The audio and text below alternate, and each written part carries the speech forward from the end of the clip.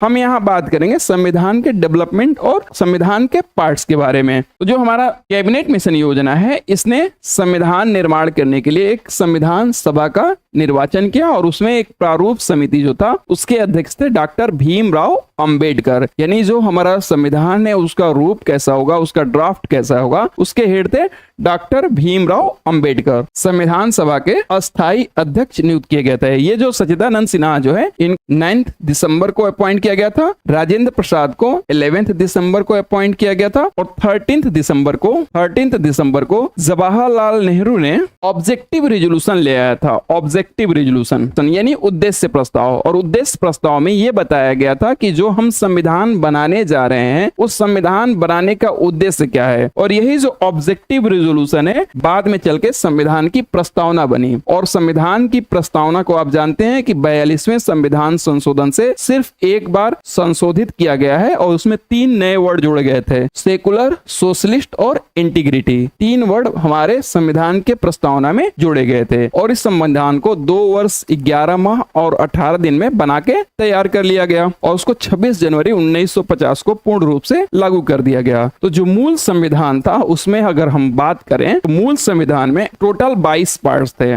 22 part, 8 schedule, 8 अनुसूचियां और 395 articles. तो articles की संख्या 395 था, शेड्यूल 8 थे और पार्ट 22 थे। उसी 22 पार्ट में अगर हम पार्ट 3 की बात करें तो मौलिक अधिकारों की बात किया गया है और मौलिक अधिकार को हमने यूएसए यानी संयुक्त राज्य अमेरिका के कॉन्स्टिट्यूशन से लिया था। आगे हम संविधान के पार्ट्स को भी डिस्कस करेंगे, अभी कुछ क्वेश्चन पे बातें कर लेते हैं।